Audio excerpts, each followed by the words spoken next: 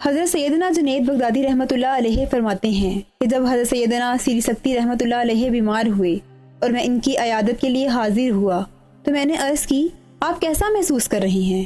آپ رحمۃ اللہ علیہ نے فرمایا، میں اپنی تکلیف کی شکایت اپنے طبیب سے کیسے کروں، کیونکہ مجھے جو تکلیف آئی ہے وہ میرے طبیب ہی کی طرف سے ہے۔ پھر میں نے پنکھا اٹھایا تاکہ انہیں ہوا دے سکوں، تو آپ رحمۃ اللہ علیہ نے فرمایا، جس کا پیٹ اندر سے جل رہا ہو وہ بھلا پنکھے کی ہوا سے کیسے سکون پا سکتا ہے؟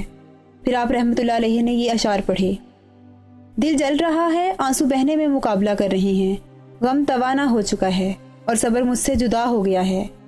وہ شخص جسے نفسانی خواہش، شوق اور اضطراب نے گناہوں میں ڈال کر بے قرار کر دیا، اب اس کو کس طرح قرار آئے؟